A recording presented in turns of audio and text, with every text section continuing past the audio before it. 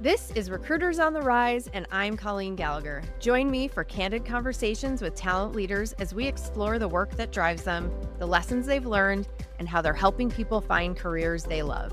The show is sponsored by Lavalier, an interview intelligence platform built by Textio. Welcome to another episode of Recruiters on the Rise. I'm really excited to have our guest with us today. She's very passionate about making hiring processes more human, more thoughtful, and ultimately effective. And we'll talk a little bit more about what that means. She writes one of my favorite newsletters in the hiring space called Talent Talk, which she launched recently. And if you're a Swiftie fan, you should definitely check out some of her posts. I'm really excited about this conversation because her journey into recruiting hasn't been a straight line. She came to this work through a lot of real life experiences, navigating the job market herself, which gave her a lot of inspiration for some of the really impactful and unique ways she approaches her role. She's an advocate for creating structured, demand-driven hiring processes that still put people first. She currently serves as a senior recruiter at Kit. Emily Paik, welcome to the show. Thanks, Colleen. Excited to be on with you. Yeah. All right. So let's dive right in. The first thing I love to learn from folks is just get your view. Like, what is the one thing, one action that sets the best recruiters apart from the rest? Yeah, for me, it's communication, follow through with candidates, with hiring managers, with stakeholders, anyone involved in the hiring process, and just keeping candidates in the loop. I think that's the thing that candidates really complain about the most if they go through a negative hiring experience is the lack of communication or getting ghosted. So that is half the battle. If you just follow up with candidates, even though you don't have a real update for them, it goes a really long way. Yeah, I think you do hear that a lot. And what I'm hearing in what you're saying is that candidate experience is sort of paramount. And in my experience working with recruiters and talking to a lot of recruiters, they would share the same sentiment. But I think people still fall down in some ways around that. And curious what you use to make sure that you are like, what are the tools, either technology wise or just in your own process that helps you focus on that and make it a priority in a really effective way? Yeah, totally. I mean, it's hard because recruiters these days, they manage a ton of recs, they manage a ton of applicant volume and a lot of candidates. So I get it. I feel like it as a recruiter, it can be hard to keep up. But for me, I've really leaned on automations and AI to help me with that lately. I put up a really cool gem in my email account that helps me craft responses. Obviously, I add my own human touch to that and make it sound more like me. But I put it together because I had it go through my entire inbox and understand my tone to craft responses in my voice. And then just lean on any automations and the ATS that you use to remind yourself to follow up with candidates. And then lately, I've been really into Claude Cowork, which has been like my personal assistant today, just reminded me to follow up with 3 candidates that I hadn't gotten back to in 3 days, which was really helpful. So the more that you can lean on AI and automations for that. But I also just think like, for me, like even before that, I really just wanted candidates to stay in the loop. So like I would always like just write down notes for myself and would just always try to remember to get back to someone if I hadn't gotten back to them within like a few days. Yeah. I'm curious. So just taking a step back, you've been at Kit for about how long? 2 years, almost 2. Yeah. So what was the state of the recruiting function when you joined? And, what were your priorities or how would you characterize what you stepped into and what you wanted to focus on? Yeah, absolutely. Hiring felt very reactive at Kit when I joined. It felt like we were opening roles that we knew we needed to hire for with no target hire date, no target start date, really just when the hiring manager felt like they wanted to finally start recruiting for the role. Yeah. They reached out to me and I had no hiring plan to go off of, no headcount plan. And there was a lot that needed to be fixed in that respect. But also a lack of resources for hiring teams. There was no centralized resource for any documentation, any systems for what our process looked like. We really didn't have much of a process. So all of that needed to be built from the ground up, but I had to also prioritize what I wanted to actually fix within my first 3 to 6 months. So understanding what's going to deliver the most value in the short term to get us to reach our goals. And I knew that needed to ladder up to our company goals and our company strategy.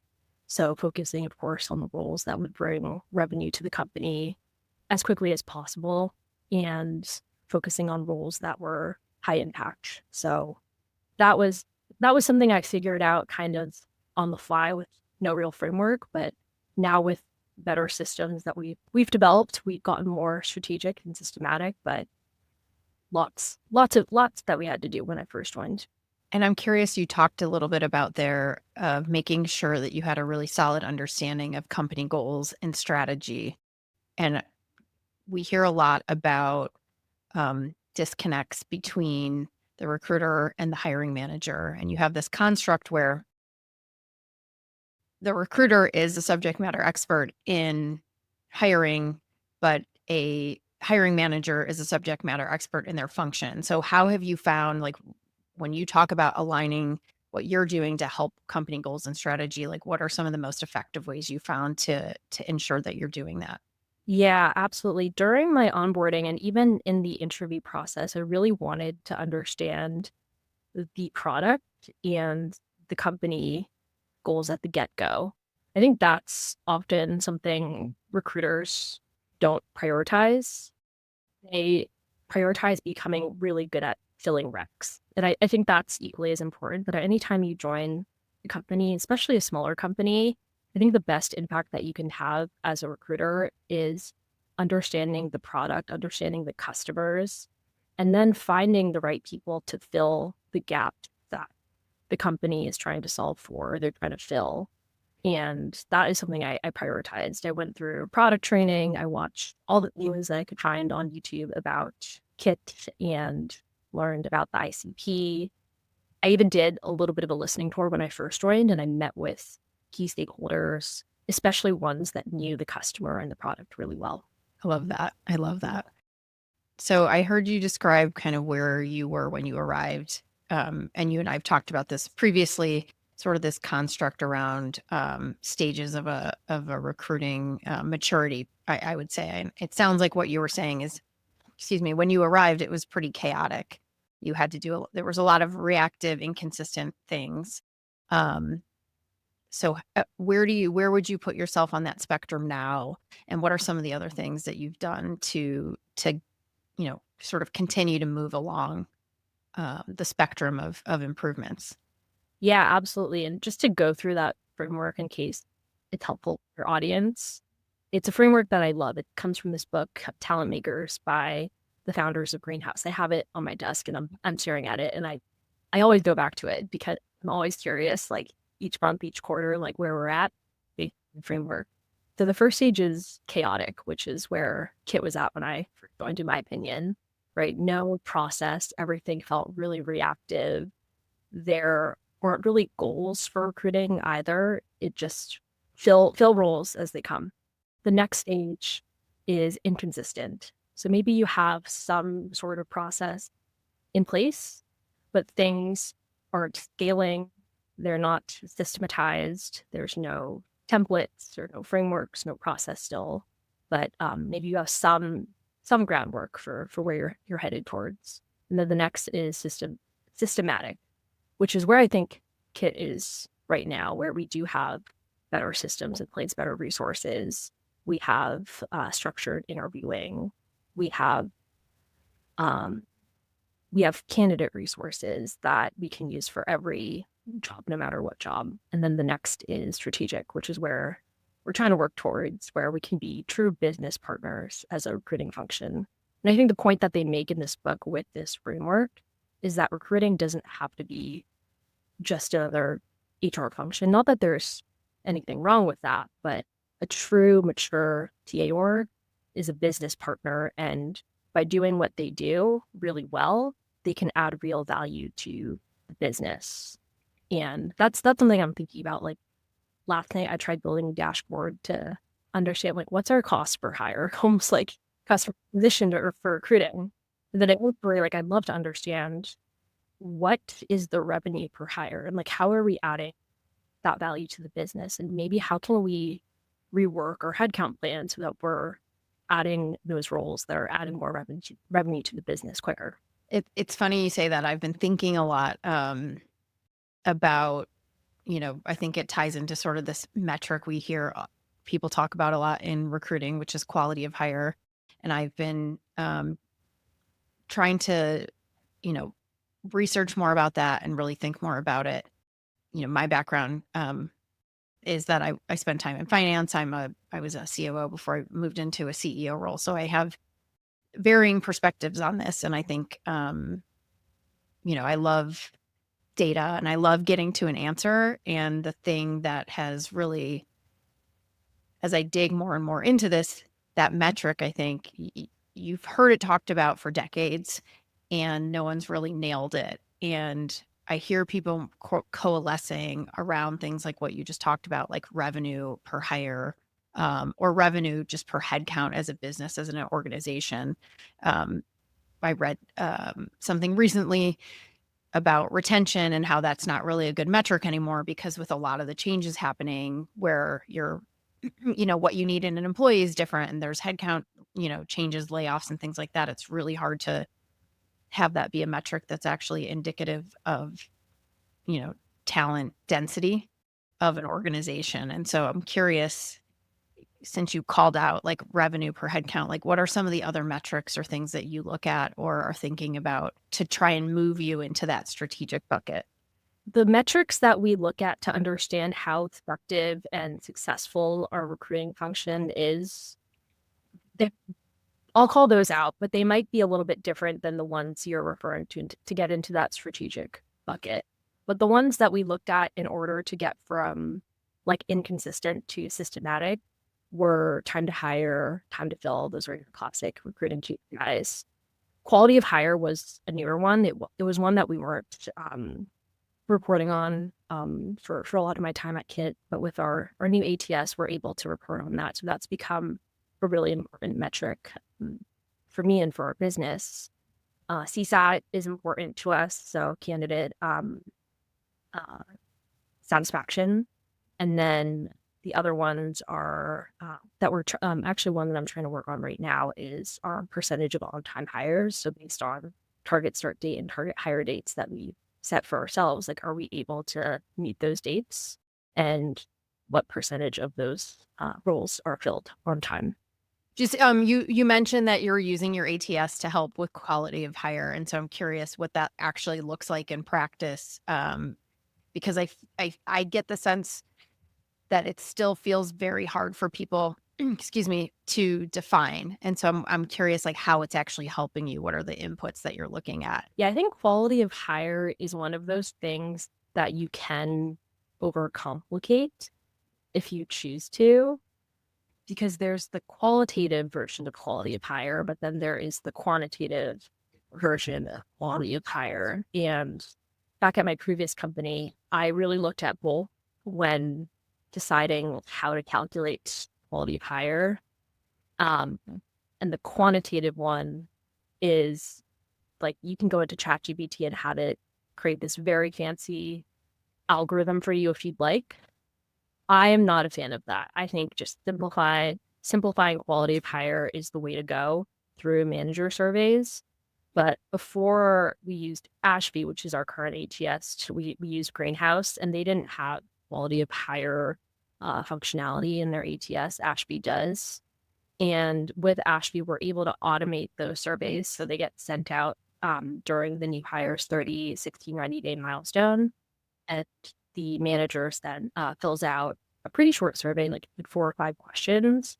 And based on that, it calculates a quality of hire score. Pretty much like, are you satisfied with this hire? Did the hiring process reflect this person's strengths? Are they meeting 30 or 60 or 90-day goals or requirements based on their onboarding plan? And that gives us the quality of hire score.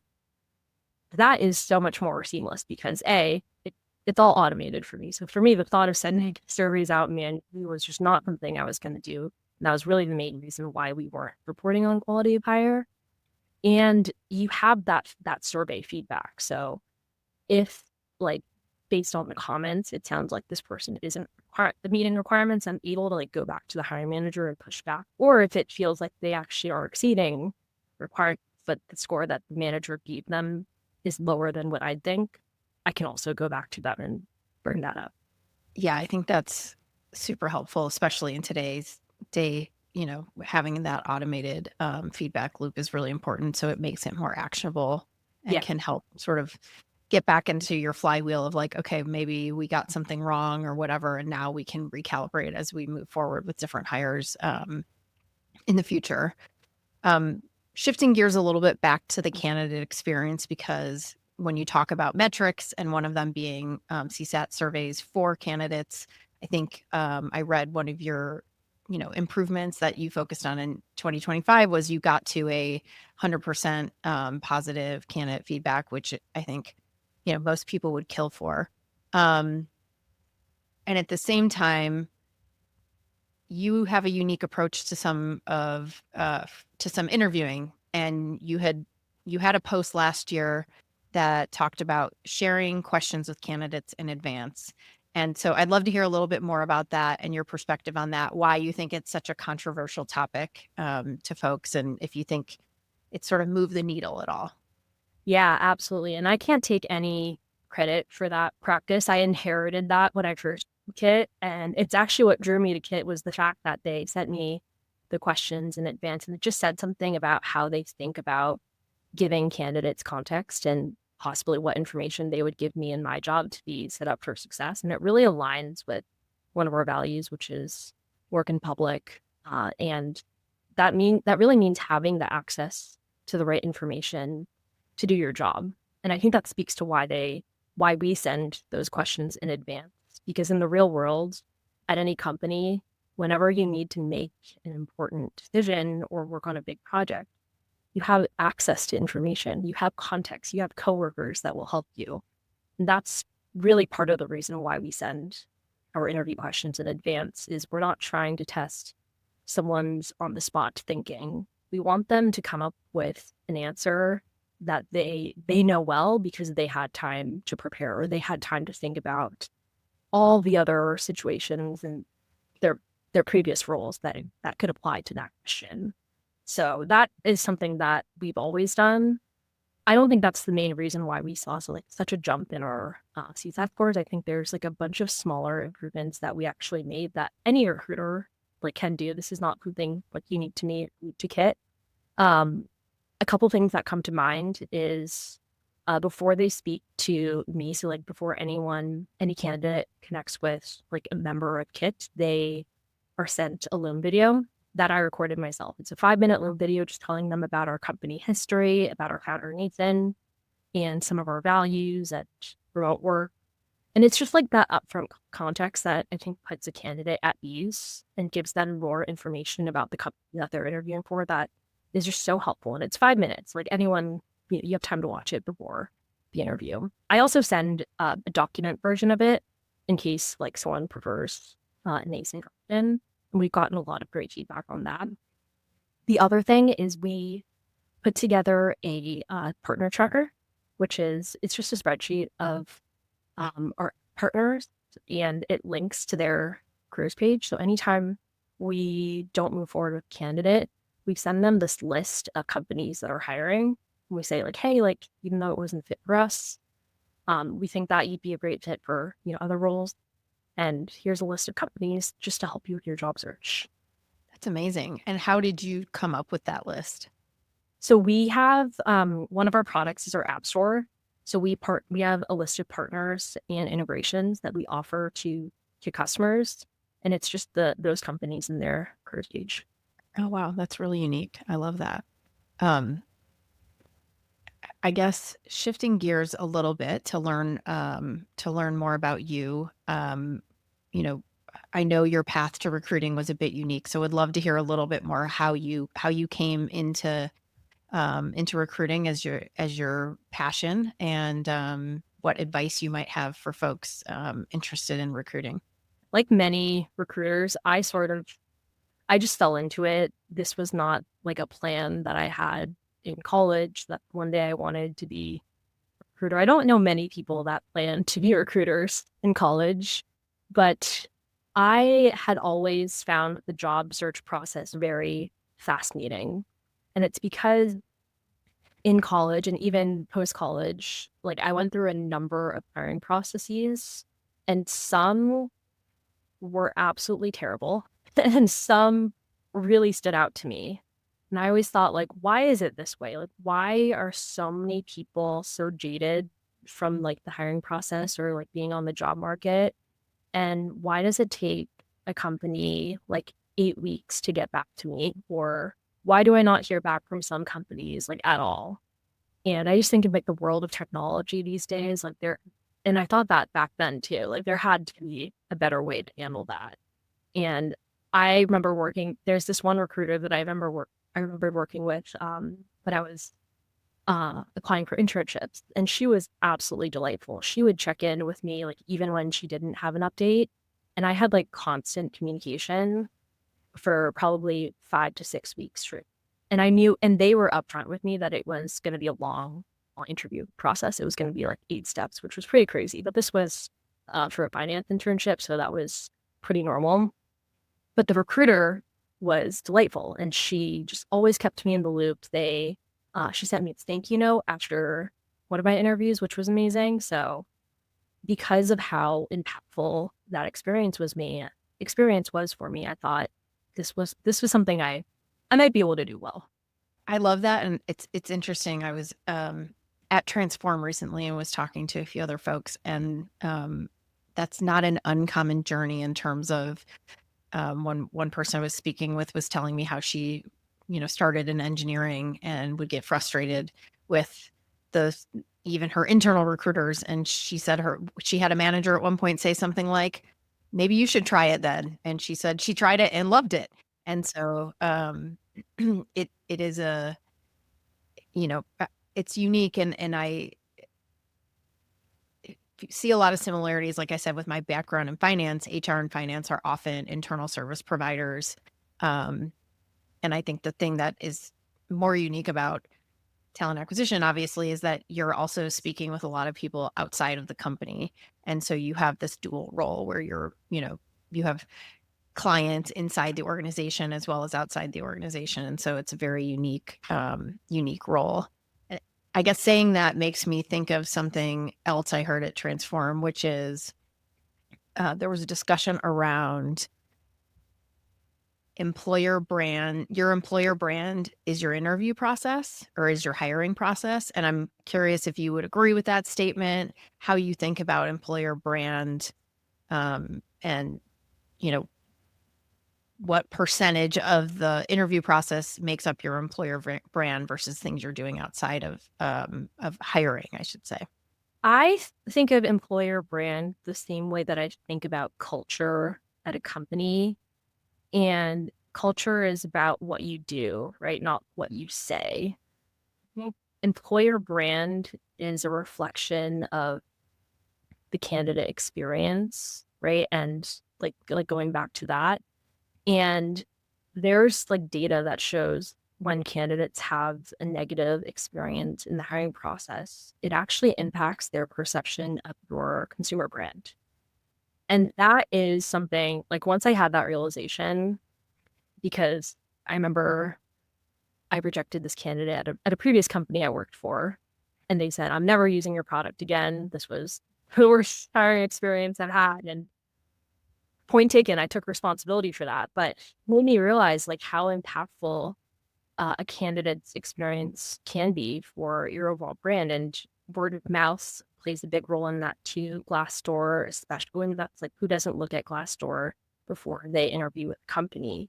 So it's something that I think like brand is sort of on all of us. And even though I'm not in a customer facing role, what I do in the recruiting process and how I treat candidates, how I communicate with them, how they feel it impacts like the larger picture of your company brand. So I don't think employer brand needs to be one of those things where you have like a super large budget to get on like the best company list at Glassdoor or Comparably or some of these other lists. And I think those lists are great, but for a company like Kit, where we have smaller budget or a smaller company, we just don't have those resources. There's other things that we can do to reflect our employer brand and to strengthen our employer brand.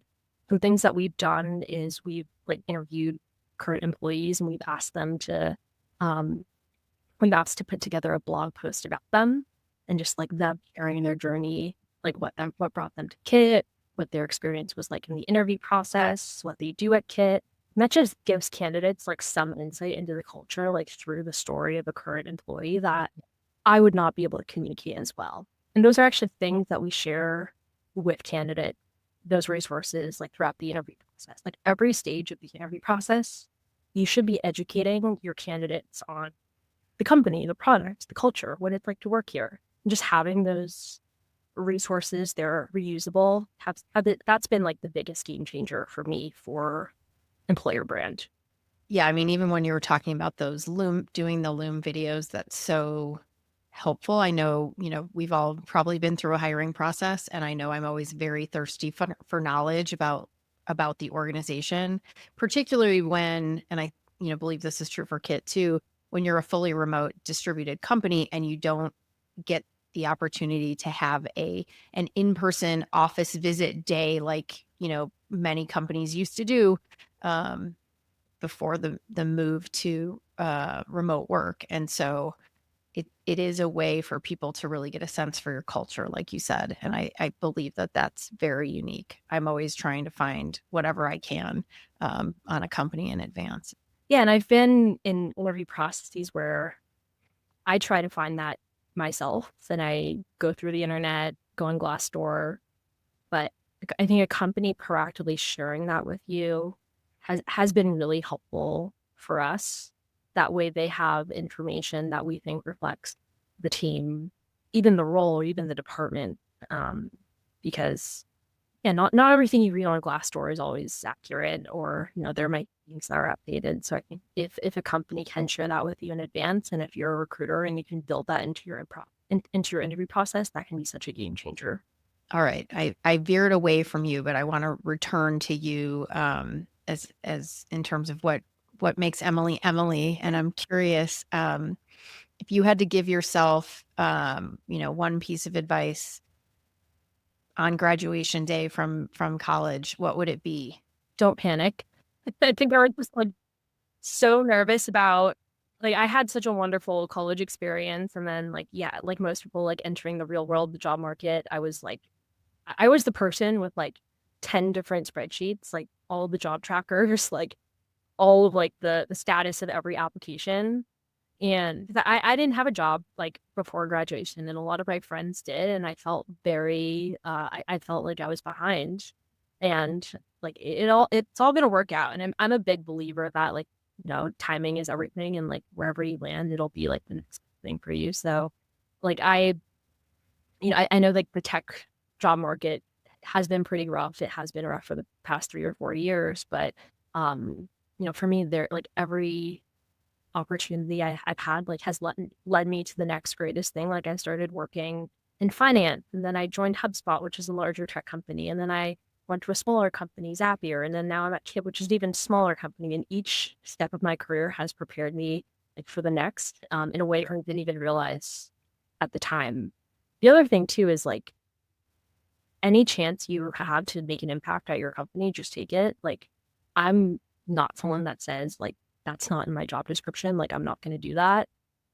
Always a learning opportunity, and there's always a way that you can make an impact and then eventually get promoted or expand your scope or do something else. So I think I'm still in that stage of my career, but I also think that's really important for people early in their career. Just like say yes to everything. Right? Don't worry about like that's not in my job description or that's not my scope, or I don't have experience with that. Yeah, I've always found that the things that were the hardest in my career when I look back on them were also the things that grew me the most as a professional and as a person. And so I love that. I love that advice. Don't panic. I panicked a ton. Well, you recently launched your own newsletter and, curious to hear a little bit more about like what motivated you to do that. I would imagine that can feel a little scary as well. So like, how did you get to that point and how are you finding it? Yeah, to be honest with you, the biggest reason I decided to start my own newsletter was to get to know our product better. Kit's product is so deep. There is so much that I still don't know, even after using the product for a little over a month. I was just meeting with someone on our team to learn more about the product, and I was amazed at the amount that I still don't know yet. So that was the main motivation, and that will help me recruit better people, right? Because the better I know the product, the more I can speak to it, or I can identify ways that candidates can actually help us improve our product and our gaps. The other reason too is I wanted to start building my own personal brand, and a newsletter felt like one of the more natural ways to connect with my audience and grow my audience and speak to what I love to do, which is recruiting. And I love talking about talent and high performing teams. So I have a lot to say. And I thought a newsletter was the best way to share my opinions, some of my hot takes, think mistakes that I've made, because I've made a lot of mistakes. And it's been such a fun way to connect with people. What else do you do outside of recruiting? How do you spend your free time? Because I spend most of my time like in front of a screen, outside of work, I like to do things that just get me out of the house, like going for a long dog or going on a hike. I love skiing. Like I live in the Northeast, so I have access to like a lot of great ski resorts. And I also love reading. So I probably read a book or two every month. My rule is if I read 2 books each month, one has to be something that will help me learn something, and the other one is just like a fun read, some supplement fiction book. So you mentioned the Learn Something book earlier about the construction, sort of the life cycle of talent teams. What are some other ones that you've read recently that you really like? I just finished The Hard Thing About Hard Things, which I feel like is like the go-to book for any founder, operator, startup person. And that one was really awesome to read. There's so many things that I've immediately recognized, but I like it because like the point that he makes is like there's no perfect answer or like no way to fix thing. Like one way to fix something when you're working in a startup, right? And then you really, for me, I really developed a lot of empathy for CEOs and COOs, like people in your role, like whenever you have to make hard decisions. And then the other one that I love is Conscious Business by Fred Kaufman. I just really resonate with everything he shared in that book about how like a high performing team is not just about performance, right? It's about honesty, integrity, and communication and feeling purpose in your work and how you show up. And it really reframed the way that I think about my role and like how I can find impact. Like if I say something like, this role doesn't have the right candidates and we're not getting the right pipeline. But like now I say, like, what can we do about that? Like, how can I source better messaging? How can I, like, what can I do in my role to help solve that gap? And that's been like such a game changer for like the way I show up. I love the principles in the book. The one that I always think about is the extreme ownership. And I think it's exactly what you just talked about with like the reframing of like, we're not getting the right candidates. Well, what can we do to make sure that we do? Um, and that is very important when you're building any business, and especially one where you're trying to move at a really fast pace. And generally, with any company right now, with what's happening with AI and everything like that. So, yeah, I think both of those books are timeless and great recommendations. What about fun reads? Anything good you've been reading lately that's fun? It still feels like winter in Boston. Like it's very gray, very cold and rainy. I've been reading books that remind me of summer or being at the beach. I just reread Beach Read by Emily Henry, which is one of my faves. I just want to feel like it's summer or I'm on vacation. Some I've been reading a lot of fun rom-coms, fiction books. Good Rex. All right, before we finish up, I have a bit of a hot takes lightning round set of questions for you. Candidate thank yous, are they required or nice to have? Nice to have. Are people still sending them? Most people don't send them, and I don't care. I don't lose sleep over someone didn't send me a candidate, I remember when I first started working at Kit, like one of our hiring managers was like, I don't know about this candidate. They didn't send me a thank you note. And I literally said to her, who cares? Right? We like it's one of those things that like if they do reach out, it's nice, but I don't even respond for them, to be honest with you. And it really doesn't make a difference. Person's ability to do the job. Are resumes dying? I think we need to keep resumes. And I used to work at a company where they were resume optional. But if I'm not looking at their resume, I'm most likely going to their LinkedIn profile and I'm most likely looking at the companies they've worked at to see if they're similar or relevant fit. So I'm still a big fan of resumes. I think with AI, like reading resumes has gotten harder because you're getting a lot of AI generated resumes. So even with AI tools that help you screen resumes, like you still need to talk to the person, but I always want to see a resume. What is it that replaces it? Like to your point, you can get, LinkedIn, but then you're leaving the people doing the hiring to fill in the gaps, which is not really what you want as a candidate. So I do think it serves a purpose to give a candidate the opportunity to be specific about what you should take into consideration when you're hiring them. It's also like during my screening calls, I will point out something about a candidate's resume that stood out to me. And it makes for a great conversation starter. Or sometimes the candidate lights up and says, like, oh, I'm so glad you noticed that. Or you actually read my resume. And there's sometimes they're surprised that I did.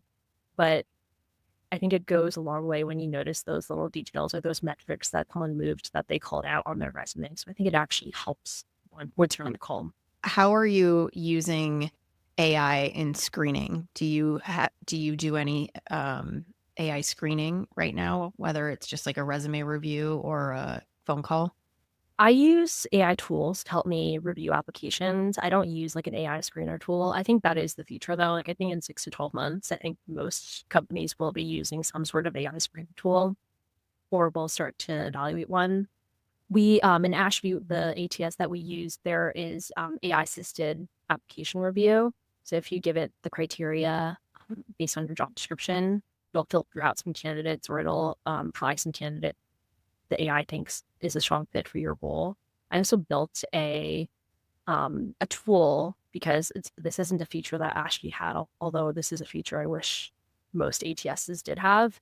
I built like a Google Chrome extension where I can just highlight a company on a candidate's resume and it will pull up information about that company from Google, LinkedIn, and Crunchbase in like a little side panel because for us, like we really need to know if like the company the candidate worked for will be relevant to like our stage and like where we're looking to scale. And I always find myself Googling companies, especially if I haven't heard of them. Or if there is a company I've heard of, I just want to know like what size they are or what revenue. Yeah. And what about inbound versus outbound right now? Like, are you finding your best candidates via outbound? Do you get good quality via inbound? Or how do you think about the balance between those two? It's a bit of both, mostly inbound and referrals.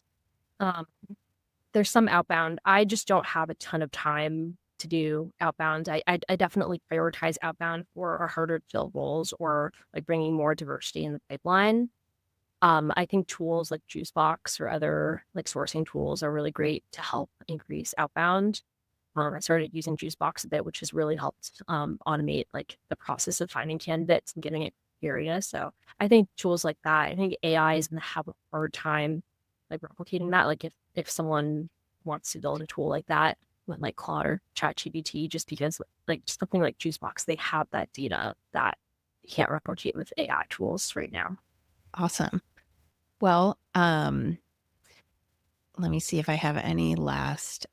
What do you think about AI screening, like a bot doing any screening roles, like whether you're going to use it or not, but like how do you think about it? I think it depends. I was just talking with a recruiter actually that works at Ashby, and she was saying that she uses an AI screening tool because a lot of the candidates, she does a lot of high volume recruiting, customer support roles. And oftentimes, like, they're interviewing candidates, like, in completely different time zones in, like, Australia or Asia. So sometimes, like, those candidates opt to do an AI screening first because they can't find time that works with the recruiter. I think that's helpful for, like, high volume roles. I do think it's, like, in 12 months, like, most of us are gonna be using, these tools, especially if we see, like, the rise of, like, fraudulent candidates, like, that continues to be a pattern. I think it's gonna be really helpful, um, in sussing that. Yeah, talking to some of our customers, that's what we hear a lot is I've heard it more than I would have expected that they had, you know, foreign, bad actors getting into their pipeline almost all the way through the hiring process. Like I heard it once and I was like, oh, that's shocking. And now I've heard it a number of times. And so I definitely think it can be helpful there, especially when people are using AI to come up with their resumes and they can sort of ensure that their criteria they're putting on there will get them through an AI screen. If you had a voice only interview, it can help weed that out is I think is a positive thing. So And I think as recruiters are being asked to do more, right, like, take on more recs too, it should help with that, just given the bandwidth that recruiter so many hours in the week to do interviews. yeah, and I think you're generally you can see that I think it was a blog or a white paper that Tracy Saintick from Zapier wrote was saying that actually you get more people further along in the process because you're able to screen more people. So you actually, aren't losing out on the talent that you just can't get to in terms of like resume reviews or things that, a human might have missed. So it can actually have some positive benefits as well. Yeah, I'd be really interested to see, like, their data if they, like, have been able to, decrease, like, their time to fill, and time to hire just by getting to those candidates quicker. Well, where can people find you? They can find me on LinkedIn. They can also subscribe to my newsletter, and I read, like, all my replies to my newsletter. If you respond to me, I promise I will read it, and most of the time I will respond. So, yeah, definitely subscribe to my newsletter. Follow me on LinkedIn. I post a lot about the topics that we discussed today. Well, thank you so much, Emily, for joining me today. I really enjoyed our conversation and just learning a lot more about how you're thinking about, moving through those layers and structures of a building a really successful recruiting team. And you've had some amazing accomplishments around improving a lot of the metrics that matter. And so really appreciate you sharing that with myself and our audience today. Yeah, thank you, Colleen, for having me. All right. Well, thanks everyone for listening. If you learned something today or laughed, tell someone about it. And thanks again to Emily. This has been another exciting episode of Recruiters on the Rise. We'll see you all next time. And that wraps up another episode. Thank you for joining. For show notes and other episodes, visit us at recruitersontherise.com. Recruiters on the Rise is sponsored by Lavalier, an interview intelligence platform. Lavalier goes beyond basic note takers to improve your ability to assess candidates with AI-powered interview questions, summaries, and transcription. With Lavalier, you can finally hire with speed and confidence.